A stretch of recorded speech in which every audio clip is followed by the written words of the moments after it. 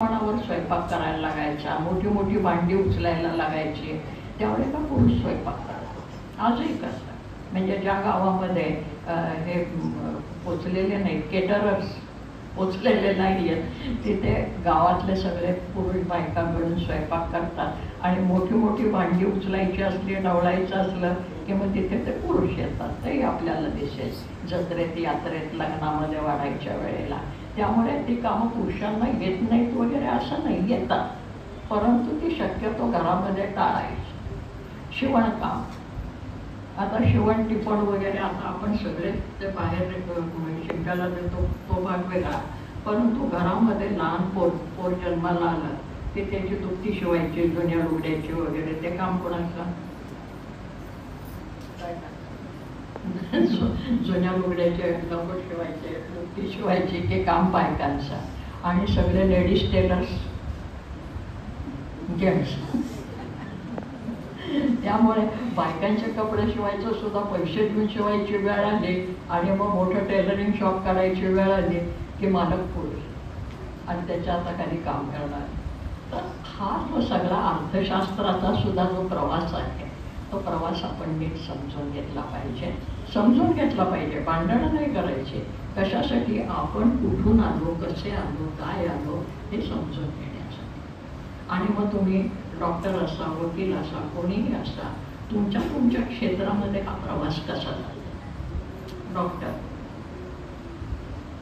बाळाला काही झालं, दुखणं बिकणं बारीक सारीक, तर पहिल्यांदा औषध पाणी कोण करणं? आजीबाई. घरातला आजीबाईचा पटवा हा प्रसिद्ध. म्हणजे ती अनुभवी बाई असते आणि तिला माहीत असतं की या मुलाला सर्दी झाली आहे तर काय करायला पाहिजे, त्याला शेकायला पाहिजे. हा सुद्धा एक वैद्यकशास्त्रामधला प्राथमिक धडा आहे की शेक केव्हा द्यायचा, कुठे द्यायचा, तो गरम कधी द्यायचा, गार कधी द्यायचा, कोरडा कधी द्यायचा, ओला कधी द्यायचा. बरोबर आहे, काहीतरी थापा म्हणतात. तर ही जी तंत्र आहेत ती अनुभवातनं बाई शिकत आली आणि शिकवत आली. आणि म्हणून ज्याला आपण वैद्यकशास्त्र म्हणतो, आयुर्वेद म्हणून आपण खरे करतो, आमचा भारतीय आयुर्वेद, याची पायाभरणी सगळी बाईंनी केलेली आहे मुळामध्ये. नंतर त्यात आले, पुरुष आले, प्रयोग झाले, ही सगळी गोष्ट खरी आहे. परंतु घरामध्ये आजीबाईचा बटवा हा माझ्या लहानपणापर्यंत तर फार प्रसिद्ध होता. अगदी आमच्या शेजारी राहणारे इथं आल्यानंतर दीर्घकाळपर्यंत एक ती म्हातारी होती, ते म्हणायची, काय करते एवढं कशाला ते औषधं आणायला पाहिजेत, डॉक्टराच्या गोळ्या इकडे, मग काहीतरी ओव्याची चिमूट द्यायची, आमकं करायचं, हे आमच्यात घाल, तमक्यात घाल, आमकं कर, तमकं कर, आणि त्याचा उपयोग व्हायचा. कफ झाला तर आता लगेच कफ सिरप, आणि त्याच्या काय भानगडी चालल्यात सध्या आपण बघतोय, ते प्रोडक्शन चाललंय, त्याच्यातनं दुष्परिणाम कसे होत आहे. परंतु मग आमची आजीबाई मला काय सांगायची आम्हाला, आणि ते आम्ही प्रयोग केलेत बरं का. कारण आता इथे बसलेल्यापैकी सगळ्यात जास्त केस पिकलेली बाई मी असल्यामुळे निदान माझा वयाचा अनुभव तरी तुम्ही लक्षात घ्यायला हरकत नाही, बाकीचं सोडून घ्या सगळं. तर ते कफ झाला तर ते काय करायचे, जवस असतात, ते जवस रात्री भिजत घालायचे, पाणी घालायचं, 2 भिजत घालायचे, त्याचं पाणी तवंग, ते पाणी उकळायचं आणि ते पाजायचं, कफ मोकळा. हा प्रयोग आजही चालू आहे. म्हणजे आजही जुन्या घरांच्या बद्दल मी माझ्या घरामध्ये हे प्रयोग अजूनही करते. कोणी ऐकत नाही ते सोडून द्या, परंतु ऐकतात त्यांना उपयोग होतो. तर ह्या ज्या गोष्टी आहेत की आमच्या वनस्पती कशा उपयोगी आहेत, तमक्या कशा उपयोगी आहेत, मग त्याच्यातनं पाकशास्त्रामध्ये कुठल्या वनस्पती वापरायच्या, कोथिंबीर, पुदिना, सगळं हा अनुभवाचा भाग असतो.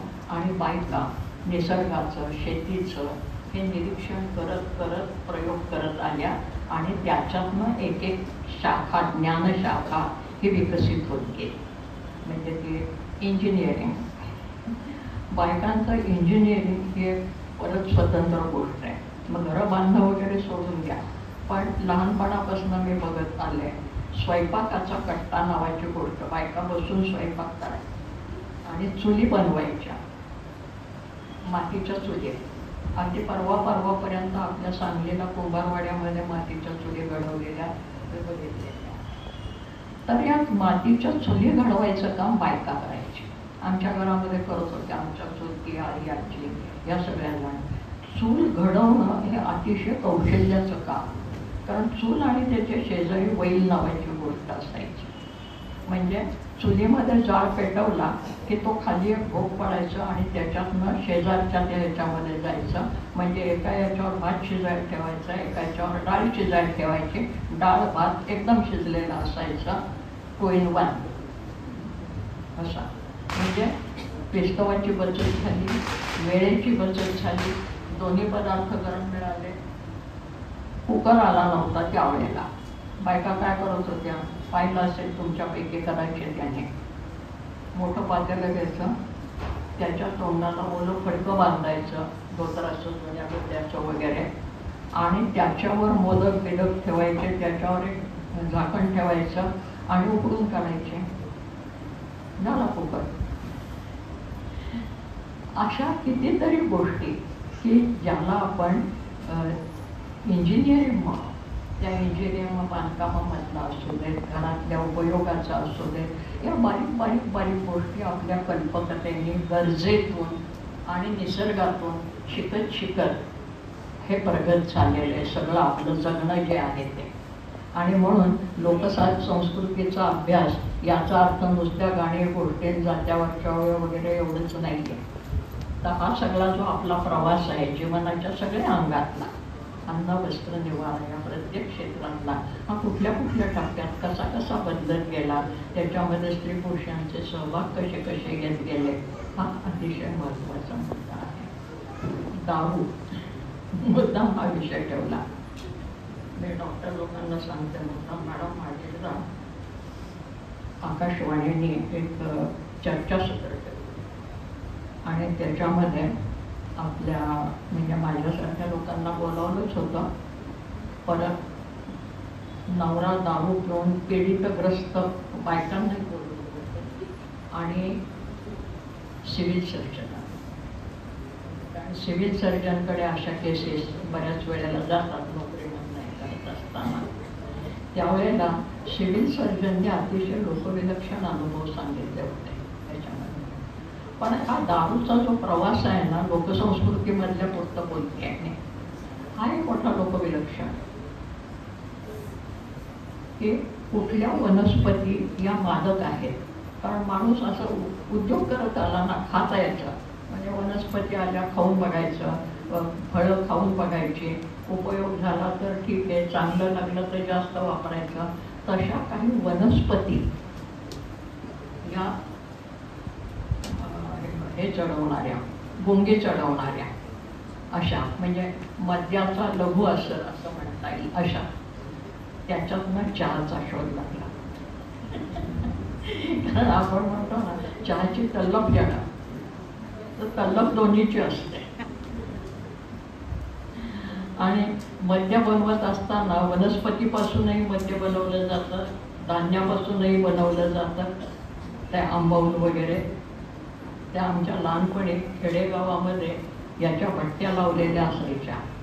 आणि बायका अशा चतुर, म्हणजे जात्यावरच्या ओव्याबद्दल मी फार बोलत नाही आता, परंतु बायकांना हे सगळं माहीत असायचं, हे कुठनं येतं कसं येतं. त्या आमच्या ओढ्यामध्ये एक गावातला माणूस भट्टे लावायचा आणि मग त्याच्यामध्ये काही शब्द असतात, त्या शब्दांची उत्पत्ती तिथे कळते. ताज्या धारेची, ते ताज्या धारेची म्हणजे काय ते तिथं आम्हाला कळलं. ते ऊर्ध्वपातन कसं केलं जातं, संत्री कशी कुजवली जातात, मग त्याच्यामधनं ती वाफ कशी येते, मग ते दुसऱ्या भांड्यात त्याला गार फडकं कसं लावलं जातं. प्रिमिटिव्ह पद्धत होती त्यावेळेला ऊर्ध्वपातनाची. आणि ते सगळं होत असे तिथे. आणि मग ते जे काय म्हणूयात आपण द्रव निर्माण व्हायचं, त्याला म्हणायचं पहिल्या धारेची. कारण त्याच्यामध्ये तीव्रता जास्त. चहाचा शोधही असाच मजेशीर लागला की चहाचे मळेवाले, तर त्याच्यामध्ये काही लोकांना ते पाण्यात घालून ते उकळलं आणि ते पिलं की तरतरी घ्यायची. आता तरतरी येणं हा जो प्रकार असतो, म्हणजे मेंदू झटकला जातो आणि तरतरी मला तानाजीरावने विचारलं होतं, मॅडम तुम्ही इथे येत आहे तर तुम्हाला काय विशेष तुमची काय मागणी आहे का, काय खाणं पिणं वगैरे? तर म्हणलं तुम्ही काय सगळ्यांना चहा पाणी पाजणार आहात काय?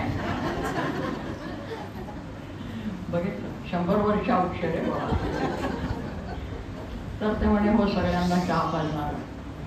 म्हणजे म्हटलं तरतरी येण्यासाठी. कारण भाषण ऐकून ऐकून मेंदू मरगळून जातो ना, त्या मेंदूला कुठेतरी पाहिजे. हां, किक पाहिजे. Yes, you are right. Kick पाहिजे. तर ते चहाने जराशी किक येते, ते सौम्य असते. मग मी म्हटलं की तू चहा पाजतोस, मला कॉफी पाज, कारण ती आणखीन किक देणार आहे. असं चहा पिणारे लोक म्हणतात. आणि कॉफी पिणारे लोक म्हणतात चहामुळे जास्त. आणि त्याला दोन्ही म्हणतात व्यसनाधीनता. म्हणजे ते दारूचंच व्यसन असतं असं नाही हो. आमच्या वेळेला अमुक पहिले व्यसन. माझ्या लहानपणी चहा पिणं हे व्यसन होतं. तुम्हाला सांगितलं तर खोटं वाटेल, बायकांची गाणी होती त्याच्यावर. म्हणजे आता दारूबंदीची गाणी बिणी ते सगळं होतं. माझ्या लहानपणी जी गाणी होती हे लोकसंस्कृतीच होतं सगळे. त्याच्यातलं गाणं सांगते तुम्हाला की पोरं शिकायला लागली इंग्रजी पहिल्यांदा. साहेब इथं आल्यानंतर इंग्रजी शाळा बेळा निघाल्या, कारण मग शहरामध्ये नोकऱ्या मिळायला लागल्या. म्हणून मग ते इंग्रजी शिकण्याच्या शाळा काढल्या. आणि त्या शाळा काढल्यानंतर पोरांना अभ्यास जास्त करायला लागला. अजूनही इंग्रजीचा अभ्यास पोरांना जास्त करायला लागतो असं म्हणतात. आम्ही कुठलाच अभ्यास केला नाही त्यामुळे आम्हाला काही माहिती नाही, ते सोडून द्या. परंतु पोरांना म्हणे जास्त अभ्यास करावा लागतो. आणि मग त्यावेळेला ते इंग्रजीतनं सगळं शिकायला लागायचं. म्हणून मग पोरं रात्री चहा प्यायची. आणि विशेषतः हॉस्टेलला वगैरे राहणारी, कारण कॉलेज कमी होतीच. खेड्यातल्या मुलांना शहरात जाऊन हॉस्टेलला राहायला लागायचं. आणि मग तिथे चहाचं व्यसन आलं, कारण साहेबाकडनं चहा आपल्याकडे आला. चहाचे मळे भारतात आहे, आसाममध्ये आहे. परंतु चहा हे पेय आणि त्याची प्रक्रिया वगैरे हे सगळं आपण साहेबाकडनं घेतलं. साहेबाकडनं आपण बऱ्याच गोष्टी घेतल्या पाहिजे. आपण म्हणतो पाश्चिमात्यांचं आक्रमण, पाश्चिमात्यांचं. आता पाश्चिमात्यांनी सांगितलं का काय तुम्ही चहा करा आणि प्या म्हणून? तानाजीरावांना अजिबात सांगितलं नाही. त्यांनी स्वतःहून उत्स्फूर्तपणे चहा केला सगळ्यांना वाटलेल्या. तर हे आपणहून स्वीकारलेल्या बऱ्याच गोष्टी आहेत त्या वेळेला, त्या काळात. तर दारूचं फार प्राचीन काळापासून, म्हणजे आपल्याकडे वेदांच्या काळापासून दारू सुरा म्हणायचे. आणि देव सुरा पिणारे आणि सुरा न पिणारे ते असुर. सुर आणि असुर आहे ना शब्द, त्याचा अर्थ काय? तर कारण काय म्हणे, सुरा पिल्यानंतर सूर चांगला लागतो जगण्याचा. तर हे मादक पेय ही अतिशय प्राचीन काळापासून जगाच्या पाठीवर, आणि विशेषतः जिथे वनस्पती मोठ्या प्रमाणावर आहे तिथे मोठ्या प्रमाणावर निरनिराळ्या प्रकारच्या कित्येक आदिवासी जमाती आज सुद्धा अशा आहेत की त्यांच्या धार्मिक विधीमध्ये दारू ही अपरिहार्य असतेच. विशेषतः बारसं आणि बारावं हे दोन महत्त्वाचे विधी असतात माणसाच्या आयुष्यामध्ये. तर बारशाला सुद्धा पोराला पहिल्यांदी 1 चमचाभर पाजायचं. अशा आदिवासी जमाती आहेत. तुम्ही जर दलित साहित्याचे पूर्वीचे हे वाचले, आत्मचरित्र वाचले, तर त्याच्यामध्ये आमच्या एका मित्राने लिहिलं आहे की पोराला 12व्या दिवशी काळलं पाजायचं. शब्द काळलं म्हणजे ते घरात बनवलेले दारू पाजायचे. ख्रिश्चन समाजामध्ये ज्या वेळेला नाताळ साजरा केला जातो त्यावेळेला त्या नाताळामध्ये अनेक घरांच्या मध्ये वाईन बनवली जाते निरनिराळ्या प्रकारची. आज फार कशाला भारतामध्ये, महाराष्ट्रामध्ये निरनिराळ्या देवतांचे उत्सव असतात. त्या उत्सवामध्ये मद्य अपरिहार्य असतं. अगदी सगळ्यात मोठा आपण प्रतिष्ठित म्हणतो ते गौरी गणपती. हे तर उच्चभ्रूंचे अतिशय मानाचे असे विषय आणि प्रतिष्ठेचे. त्या काही जमातीमध्ये, नावं नाही सांगत, आपल्याला माहीत असतील नाही तर शोधून काढा, तेवढंच संशोधन. तर त्या जमातीमध्ये अतिशय श्रीमंत जाती आहेत, त्या उच्चभ्रू आहेत, उच्च शिक्षित आहेत, व्यापारामध्ये अतिशय पुढे असलेले आहेत, मुंबईसारख्या ठिकाणी राहणाऱ्या आहेत आणि जुन्या काळापासून मुंबईची जडणघडण करण्यात महत्त्वाच्या अशा या जाती आहेत. त्या जातीमध्ये गणपतीच्या बरोबरच्या गौरी येतात, उभ्या करतात ते आणि साड्या वेड्या नेसवतात त्यांना नैवेद्यासाठी वाईन लागते.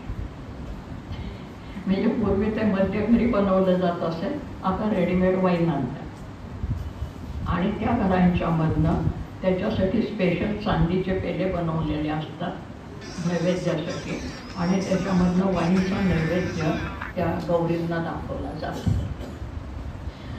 तर इतक्या चित्रविचित्र चाली, रीती, रूढी आणि हा जो प्रवास चालत आलाय, त्यामुळे आपण ज्या वेळेला कशाचे अहंकार बाळगतो किंवा कोणाला नावं ठेवतो किंवा कोणाला कमी दर्जाचं मानतो, कोणाला उच्च दर्जाचं मानतो, त्यावेळेस आपण या गोष्टी लक्षात घेत नाही बऱ्याच वेळेला. आणि म्हणून लोकसंस्कृती लोकांना आकर्षण का वाटतं माझ्या बोलण्याचं, याचं कारण असं की असल्या अनवट गोष्टी इतर लोक सांगतात. आता कालच माझ्याकडे एका वाचनालयाची 10-12 पोरं आली होती आणि त्यांना काय शंका अशा असतातच. ते आम्ही पुरोगामी आहोत आणि असं सांगितलं तर लोकांना पटत नाही, तसं सांगितलं तर पटत नाही.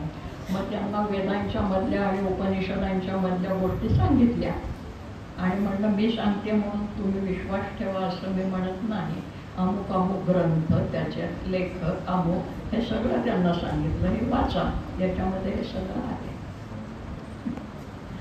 तर आपण ज्या क्षेत्रातनं कामं करता त्या क्षेत्रामध्ये ज्या मर्यादा आहेत त्या ओळखणं आणि त्याचे सामर्थ्य ओळखणं, या दोन्ही गोष्टी महत्त्वाच्या असतात. म्हणजे आपण ज्या वेळेला व्यसनमुक्ती केंद्र म्हणतो त्यावेळेस व्यसनमुक्ती केंद्राचे दुष्परिणाम हे स्त्रियांना जास्त भोगावे लागत आहेत असं आपल्याला दिसेल.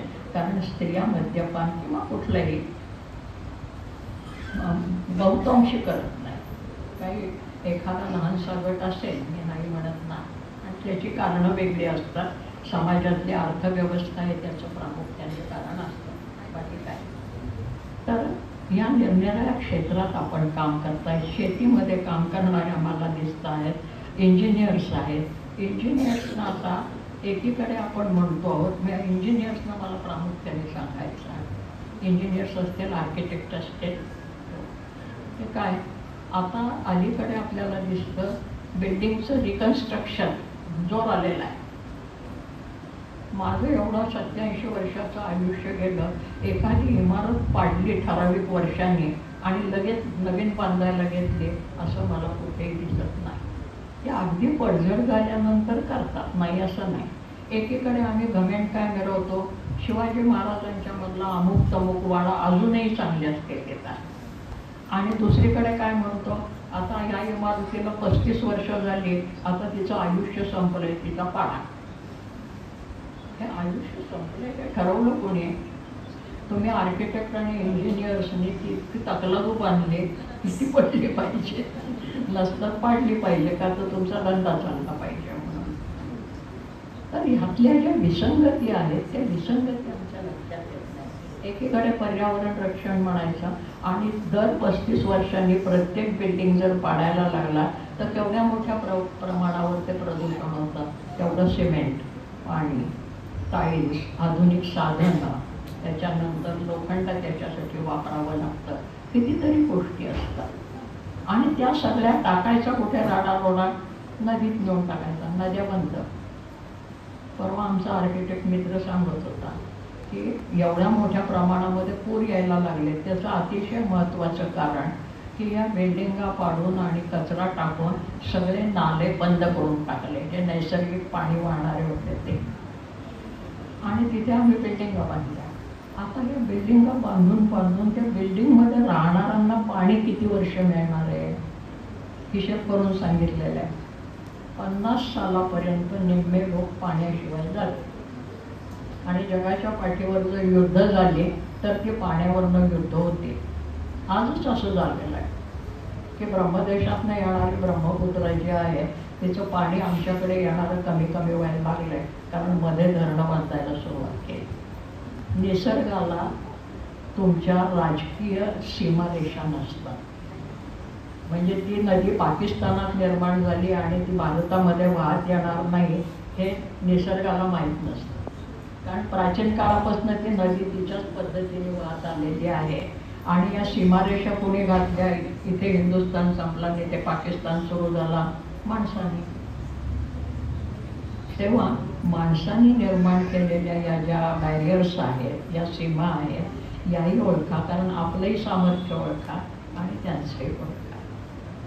आणि याच्याकडे माझ्या मते स्त्रियांनी जास्त लक्ष दिलं पाहिजे, पुरुषांनी दिलं पाहिजे, तर तुमच्या पुढच्या पिढ्या धोक्यात येणार आहे.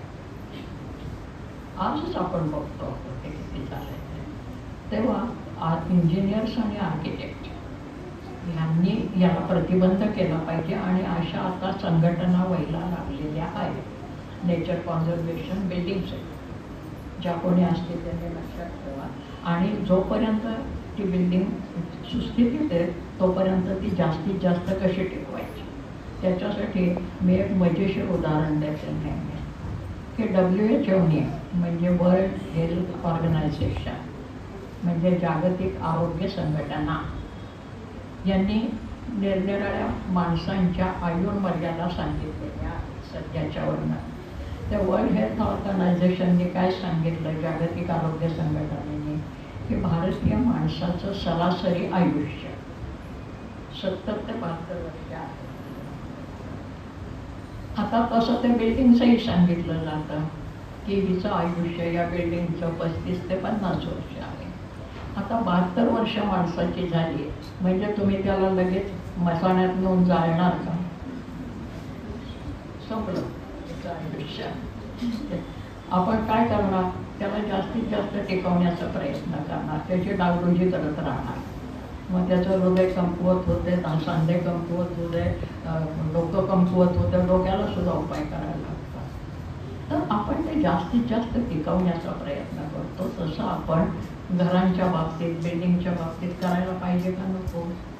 की जिथपर्यंत शक्य आहे तोपर्यंत तिची डागडुजी करून तिला टिकवलं पाहिजे आणि तो धोका होता उपयोगी नाही.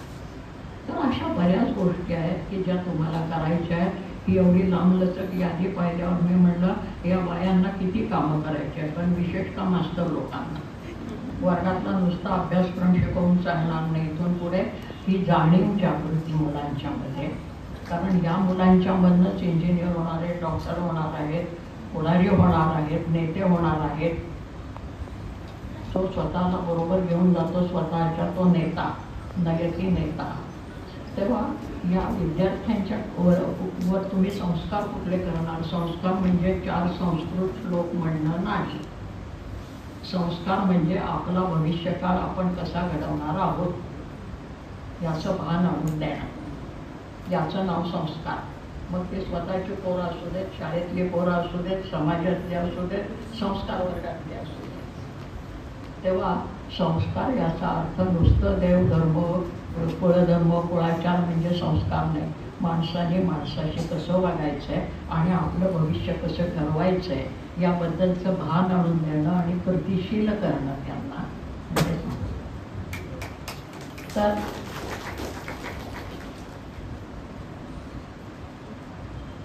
फार वर्षापूर्वी आपल्याकडे फार चांगले वक्ते होते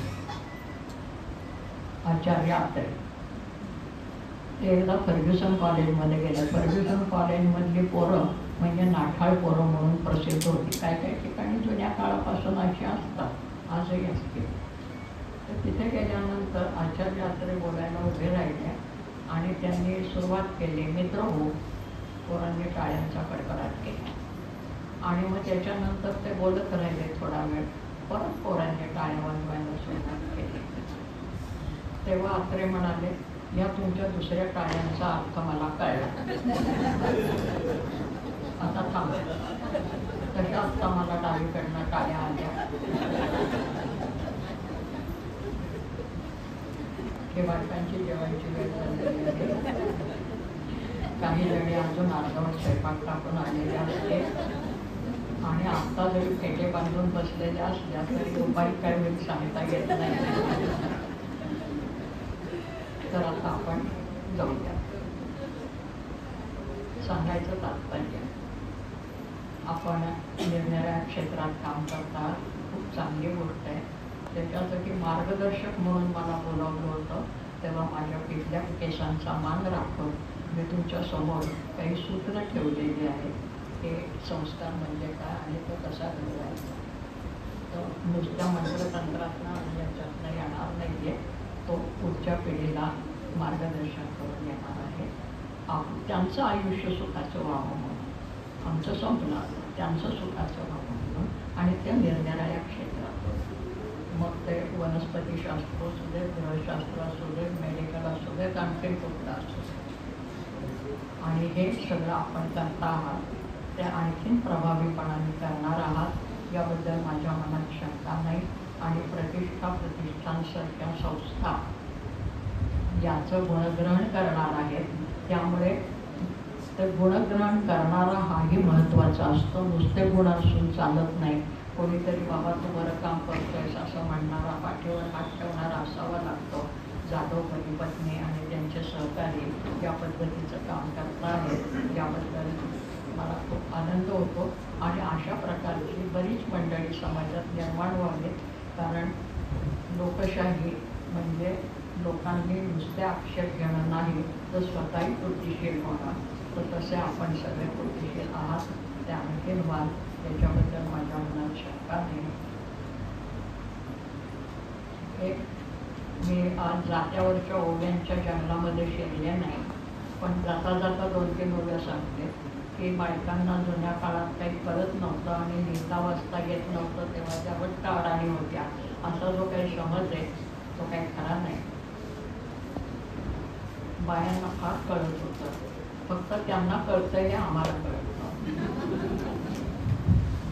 म्हणजे आता त्या आंतरराष्ट्रीय महिला मुक्ती वर्ष आल्यानंतर लोकांना वाटायला लागलं त्या सिमॉन बोने असं सांगितलं ना, त्यांनी तसं सांगितलं. अहो माझी जात्यावर तळण करणारी बाई म्हणाली, कडू बिंद्रावन डोंगरी त्याचा राहावा. बिंद्रावन नावाचं कडूफळ असते डोंगरात. कडू बिंद्रावन डोंगरी त्याचा राहावा, पुरुषाचा कावा मला येडीला काय ठावा. आता या बाईला पुरुषाचा कावा माहीत नव्हता असं आहे का? तिला माहीत होतं, कळत होतं. ती तिच्या भाषेत बोलत होती. कावळ्यानं कोटं केलं बाबुळं बनामंदी, पुरुषाला माया थोडी नारी ओमचं मनामंदी.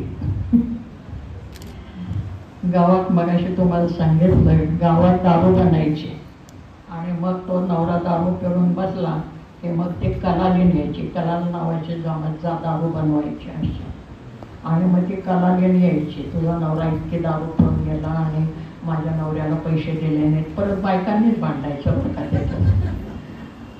तर ती बिचारी जात्यावर दळण दळणारी बाई म्हणते तुमच्या माझ्यासारखे, कलालेली बाई नको करूस कला कला, माझा नवरा दारू प्याला त्याचे पैसे देईन तुला. हे आजपर्यंत चालू आहे की नाही? मग तुम्ही कसल्या बदलला? बाईच्या पैशावर जर नवरा दारू प्यायला लागला तर तुम्ही कसा बदलला? नाही बदलला. बदला, त्याला त्याची शिक्षा भोगू द्या. कुठल्या ज्या प्रकारची असेल त्या प्रकारची, तुरुंगात जायची असेल तर जाऊ द्या. हे असं सगळं चाललेलं आहे. आणि मग माझी जात्यावर दळणारी बहिणाबाई चौधरी म्हणते की लिहिता वाचता आलं म्हणजे माणूस शहाणा होतोच असं नाही.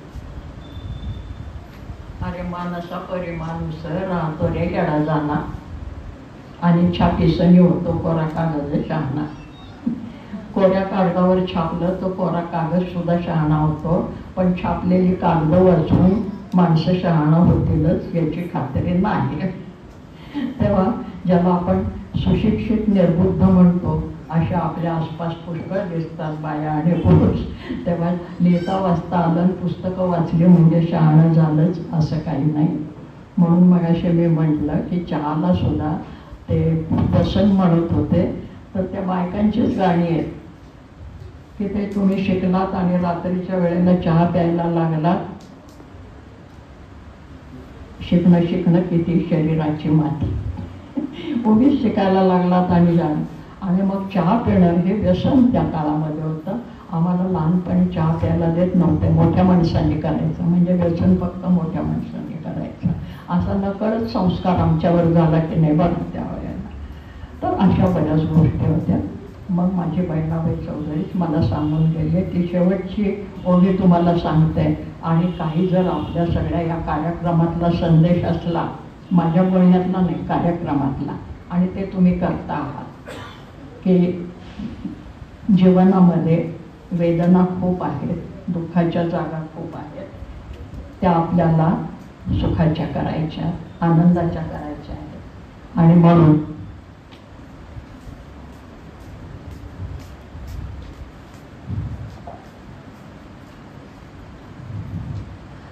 आणि त्याच्यासाठी ते म्हणते आहे की रडू नको माझ्या जीवा.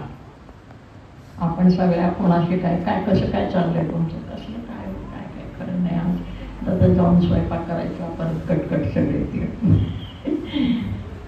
रडू नको माझ्या जीवा तुला रड्याची रसव, रडू नको माझ्या जीवा तुला रड्याची रसव, रडू हसव रे जरा त्यात संसाराची चव.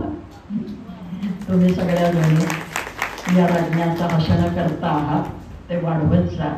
त्या मनापासून शुभेच्छा. धन्यवाद.